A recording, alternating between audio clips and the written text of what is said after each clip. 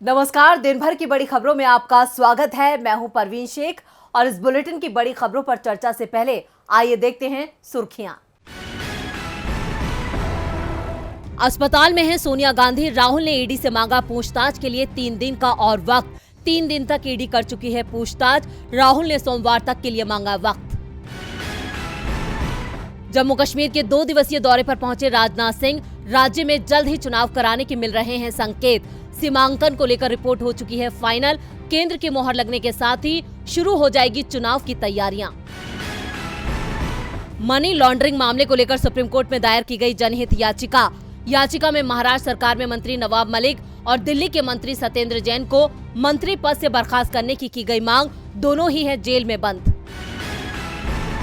Share बाजार में बड़ी गिरावट। सेंसेक्स 1046 अंकों की गिरावट के साथ 51,496 अंक पर हुआ बंद। निफ्टी 332 अंक की गिरावट के साथ 15,361 पर हुआ बंद।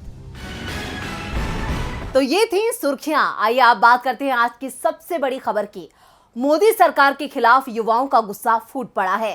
ये गुस्सा है सेना में भर्ती को लेकर सरकार की अग्निपथ योजना का। शहर शहर युवा सड़क पर दिखाई दे रहे हैं। पुराने भर्ती नियमों को लागू करने की मांग कर रहे हैं, लेकिन मोदी सरकार युवाओं की सुनने को तैयार नहीं है।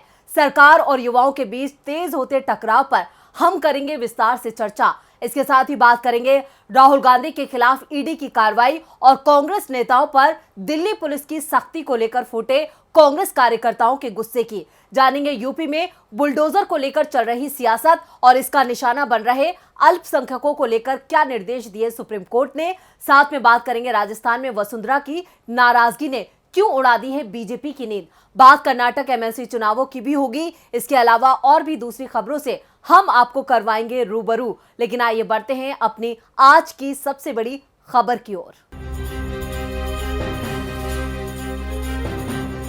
तो दोस्तों, सेना में भर्ती के नए नियम अब मोदी सरकार के गले की फांस बन गए हैं।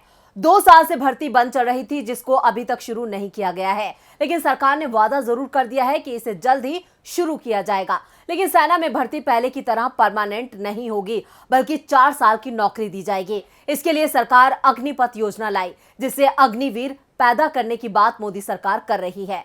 लेकिन युवाओं को सरकार का यह फैसला रास नहीं आ रहा है और जगह जगह हो रहे विरोध प्रदर्शन ये बता भी रहे हैं। मोदी सरकार की अग्निपथ स्कीम इस वक्त देश पर भारी पड़ गई है और अब खुद मोदी सरकार भी इस स्कीम को लेकर बुरी तरह घिर चुकी है। थल सेना, नौसेना और वायुसेना में सैनिकों की भर्ती के लिए लाई गई अग्निपथ योजना का देश भर में विरोध शुरू हो रहा है। मंगलवार को इस स्कीम का ऐलान किया गया था और बुधवार को बिहार में विरोध प्रदर्शन शुरू हो गए थे, जो देखते ही देखते पूरे देश में फैल चुके हैं। देश के युवा सड़कों पर उतर चुके हैं और मोदी सरकार के खिलाफ नारेबाजी और सरकारी संपत्ति को निशाना बनाया जा रहा है। प्रदर्शन का सबसे ज्यादा असर बिहार में देखा जा रहा है। राज्य के कई जिलों में सैकड़ों की संख्या में छात्र सड़क पर उतरे और कई जगहों पर प्रदर्शन किए गए हैं। बिहार में ही कई जिलों से बीजेपी के विधायकों को निशाना बनाए जाने की खबरें भी सामने आई हैं। इससे अंदाजा लगाया जा सकता है कि ये हाल उन राज्यों में है जहां बीजेपी की सरकार है। यूपी, राजस्थान और हरियाणा का भी हाल कुछ ऐसा ही है। रेलवे ट्रैक जगह जगह जाम कर दिए गए हैं। केंद्र सरकार की इस योजना को लेकर राहुल गांधी ने पीएम मोदी पर निशाना साधा। उन्होंने ट्वीट करते हुए लिखा, ना कोई रैंक, ना कोई पेंशन, ना 2 साल से कोई सीधी भर्ती, ना 4 साल के बाद स्थिर भविष्य, ना सरकार का सेना के प्रति सम्मान। देश के बेरोजगार युवाओं की आवाज सुनिए। इन्हें अग्निपथ पर चलाकर इनके संयम की अग्नि परीक्षा मत लीजिए प्रधानमंत्री जी। वहीं कांग्रेस की राष्ट्रीय महासचिव प्रियंका गांधी ने भी अग्निपथ योजना को लेकर केंद्र सरकार पर निशाना साधा। प्रियंका गांधी ने ट्वीट करके कहा कि प्रधानमंत्री जी, युवाओं के सपनों को मत कुचलिए। तो वहीं बिहार से लेकर दिल्ली तक युवाओं ने इस स्कीम पर अपना विरोध जताया।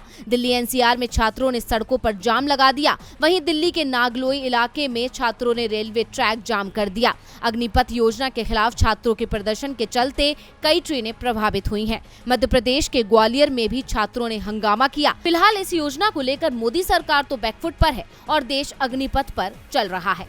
प्रदर्शनों का दौर आज पूरे देश में चल रहा है। कहीं युवाओं का प्रदर्शन चल रहा है तो कहीं कांग्रेस कार्यकर्ताओं का। कांग्रेस कार्यकर्ताओं ने आज देश भर में राजभवनों का घेराव किया था। पार्टी नेताओं में कांग्रेस सांसद राहुल गांधी पर ईडी की कार्रवाई और दिल्ली पुलिस की कांग्रेस मुख्यालय पर घुसने और कांग्रेस नेताओं के साथ की गई सख्ती को लेकर गुस्सा देखा जा रहा है। लोकसभा अध्यक्ष को भी दिल्ली पुलिस की शिकायत की गई है। राहुल गांधी की ईडी से पूछताछ के विरोध में आज कांग्रेस की तरफ से पूरे देश में विरोध प्रदर्शन किया गया। देश भर की राजभवनों को कांग्रेस ने घेराव का ऐलान किया था और इस ऐलान का असर भी दिखाई दिया। चंडीगढ़ में पुलिस ने कांग्रेस समर्थक और कार्यकर्ताओं पर वोटर कैनन का इस्तेमाल किया है, जबकि हैदराबाद में पुलिस के बल प्रयोग की भी खबरें सामने आई हैं।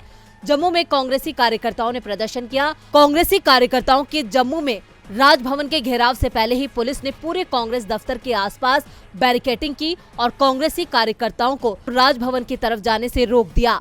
वहीं कांग्रेसी कार्यकर्ताओं का पुलिस से टकराव भी हुआ, जिसके बाद पुलिस ने सभी कांग्रेसी कार्यकर्ताओं को हिरासत में ले लिया। इधर लखनऊ में कांग्रेस कार्यकर्ता प्रदर्शन करते हुए राजभवन की तरफ बढ़ रहे थे, लेकिन जब पुलिस ने उन्हें रोकने की कोशिश की तो उनकी पुलिस के साथ झड़प हो गई, जिसके बाद पुलिस को यहां भी कार्यकर्ताओं को हिरासत में लेना पड़ा। आपको बता दें कि नेशनल हेराल्ड केस में ईडी की राहुल गांधी से पूछताछ का विरोध करते हुए कांग्रेस पार्टी के नेताओं ने लोकसभा स्पीकर ओम बिरला से भी मुलाकात की। इसके बाद अधीर रंजन चौधरी ने कहा कि वो पूछताछ के खिलाफ नहीं है। उन्होंने मीडिया से बात करते हुए बताया कि जिस तरह से हमारे ऊपर अत्याचार और हिंसा हुई है, इसके बारे में स्पीकर को बताया। उन्होंने कहा कि हमारे महिला सांसदों के साथ अत्याचार हुआ है, उनका कुर्ता फाड़ दिया गया, हमारी सांसद ज्योति मनी के साथ घिनौनी हरकत हुई है। वहीं दिल्ली की सड़कों पर आज भी कांग्रेस का हल्ला बोल जारी रहा। राजस्थान के सीएम अशोक गहलोत से लेकर सचिन पायलट तक ने राहुल से ईडी की पूछताछ को अत्याचार बताया है। कांग्रेस ने कहा है कि राहुल गांधी की आवाज को दबाने के लिए ये किया जा रहा है। ये इतिहास का काला अध्याय है जिसे कभी नहीं भुलाया जाएगा और न ही कांग्रेस डरेगी और न ही झुकेगी। तो वहीं आज ईडी ने राहुल गांधी से पूछताछ नहीं की है, लेकिन ईडी का कहना है कि वो राहुल के जवाबों से संतुष्ट नहीं है और अब उनसे 17 जून यानी कल फिर पूछताछ की जाएगी। कांग्रेस के तेवरों से साफ है कि वो मोदी सरकार के दबाव में झुकने को तैयार नहीं है।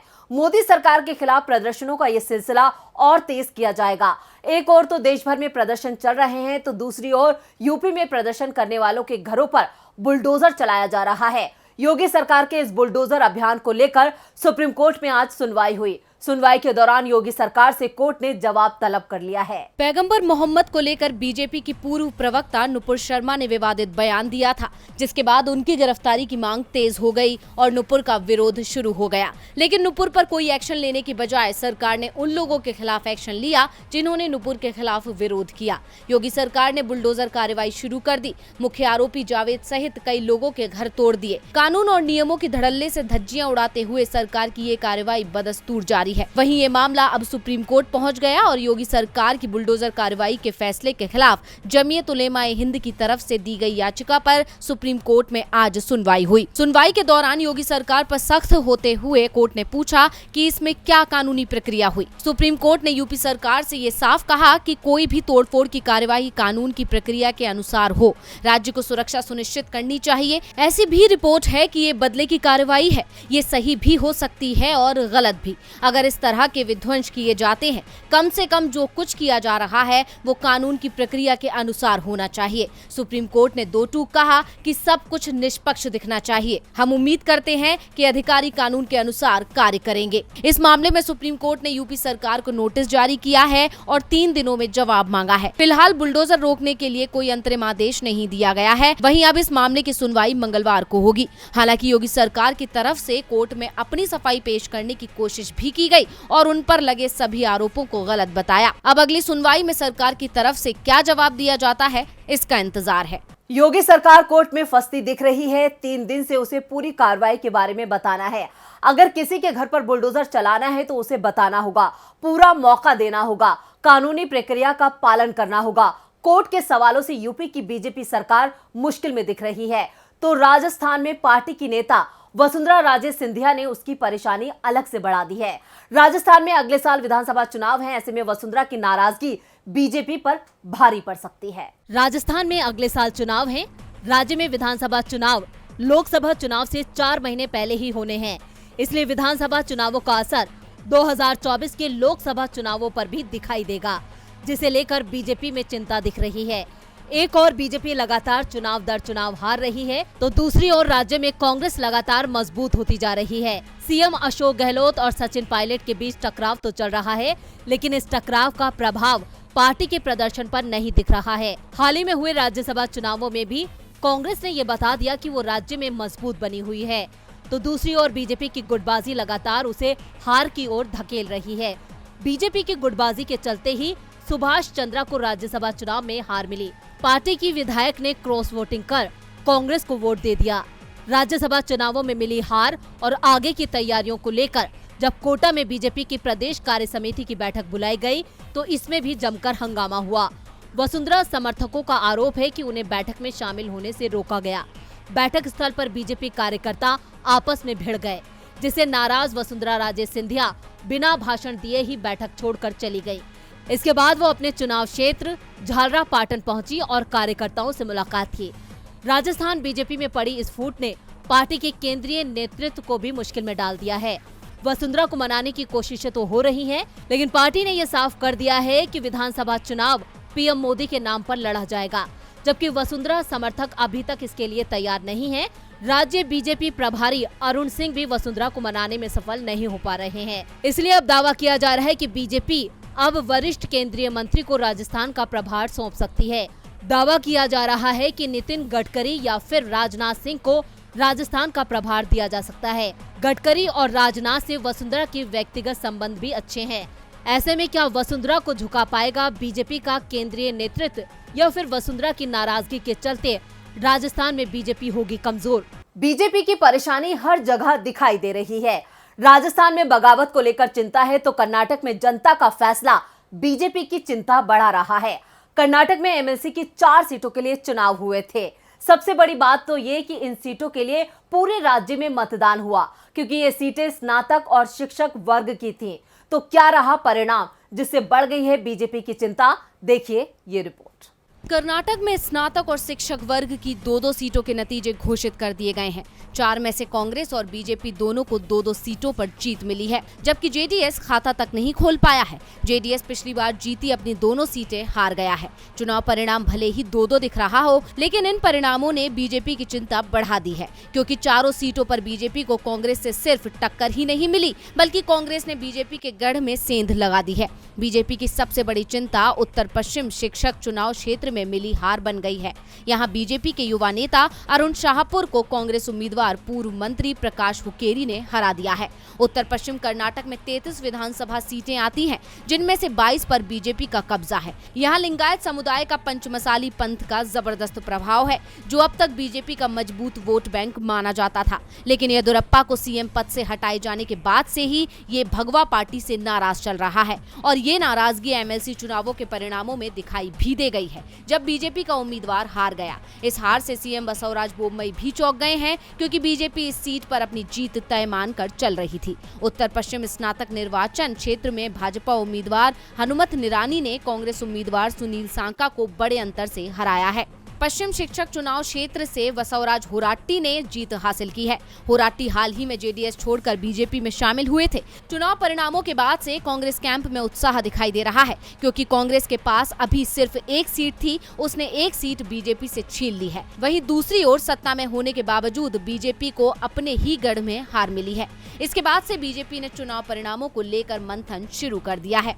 कर्नाटक में चुनाव 1 साल के अंदर ही होना है, ऐसे में बीजेपी अपने गढ़ में ही हारती दिख रही है, तो विधानसभा चुनाव के परिणामों का भी अंदाजा लगाया जा सकता है। लेकिन बीजेपी की चिंता इस समय कर्नाटक नहीं बल्कि हिमाचल प्रदेश को लेकर है, जहां चुनाव 6 महीने में ही होने हैं। और आज पीएम नरेंद्र मोदी हिमालय के दौरे पर धर्मशाला पहुंच गए और पार्टी के प्रचार में जुट गए। पीएम मोदी आज से धर्मशाला में 2 दिन रहने वाले हैं। प्रधानमंत्री बनने के बाद पीएम मोदी तीसरी बार धर्मशाला आए हैं, जहां उनके पहुंचने पर लोगों ने गर्मजोशी से स्वागत किया और उनके रोड शो के दौरान उन पर फूलों की बारिश की गई। पीएम मोदी के हिमाचल दौरे के कई सियासी मायने हैं, क्योंकि सत्ता पर काबिज बीजेपी को हिमाचल में हार का डर सता रहा है। शायद यही वजह है कि पीएम मोदी ने इस राज्य में अपने कार्यक्रमों की संख्या में इजाफा कर दिया है। इससे पहले पीएम 31 मई को भी हिमाचल के दौरे पर थे, जहां उन्होंने राज्य को कई सौगातें दी। इस पर विपक्षी दल कांग्रेस ने तंज कसते हुए कहा था कि पीएम मोदी पुराने वादों को पूरा कर नहीं पाए, अब सौगातों के नाम पर झुंझुना थमा रहे हैं। लेकिन हिमाचल प्रदेश की जनता अब पीएम मोदी के हथकंडों को समझ चुकी है। शायद यही वजह है कि पीएम मोदी को फिर से हिमाचल आना पड़ा है, क्योंकि हिमाचल प्रदेश में बीजेपी भ्रष्टाचार और घोटालों से घिरी हुई है। मुख्य विपक्षी पार्टी ने राज्य में मुद्दा बना दिया है। कांग्रेस जनता के बीच जाकर बीजेपी सरकार की पोल खोल रही है। आपको बता दें कि धर्मशाला में पीएम मोदी देश भर से आए मुख्य सचिवों के साथ बैठक कर रहे हैं। खबरों की माने तो डिनर के दौरान भी पीएम मोदी की ये चर्चा जारी रहेगी। मुख्य सचिवों के सम्मेलन में हिस्सा ले रहे पीएम मोदी राज्यों और केंद्र शासित प्रदेशों के मुख्य सचिवों के अलावा विभिन्न क्षेत्रों के करीब 200 विशेषज्ञों से भी मुलाकात कर रहे हैं। इस बैठक में शहरी शासन, फसल और कृषि उत्पादों में आत्मनिर्भरता के अलावा नई शिक्षा नीति 2020 को भी लागू करने पर चर्चा की जा रही है। सचिवों का ये सम्मेलन शुक्रवार को समाप्त होगा।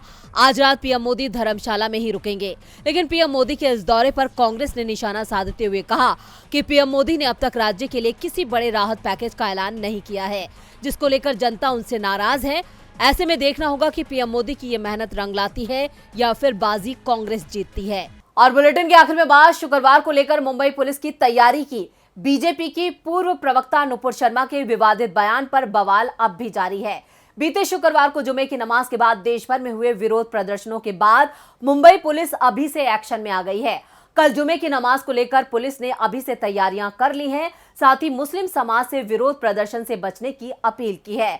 पुलिस की अपील पर क्या कहना है उलेमाओं का, देखते हैं ये रिपोर्ट। पैगंबर मोहम्मद पर नुपुर शर्मा के विवादित बयान ने देश को विरोध प्रदर्शनों की आग में झोंक दिया था। बीते शुक्रवार यानी 10 जून को देश के कई शहरों में बवाल हुआ था, लेकिन इस बार ऐसा कुछ ना हो, इसको लेकर मुंबई पुलिस ने अभी से अपनी कमर कस ली है। कल फिर जुमे की नमाज के लिए बड़ी तादाद में मुस्लिम समाज के लोग मस्जिदों का रुख करेंगे, जिसको लेकर पुलिस ने अभी से तैयारी कर ली है। पैगंबर मोहम्मद पर की गई टिप्पणी को लेकर तनाव जारी है।